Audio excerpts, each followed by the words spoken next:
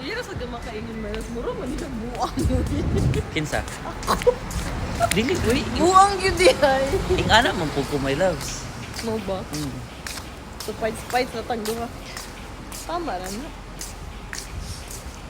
Ano man is wala dyan sa dito. Nagunsa ta karon.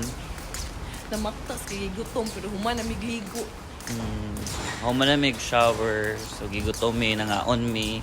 Karon baklay-baklaw mi kay Mang Laros og Kalamunggay. Pututan din. What can you say about the streets here in Taiwan?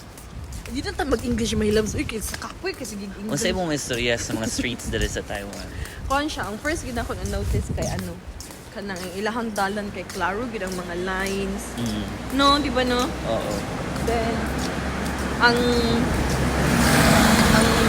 mga drivers na diri kay nag-follow gid sila ang traffic rules.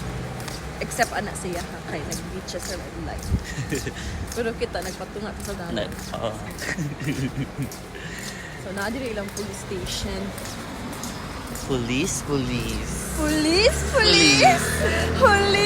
Si Cherry! Tapos limpyo kayo.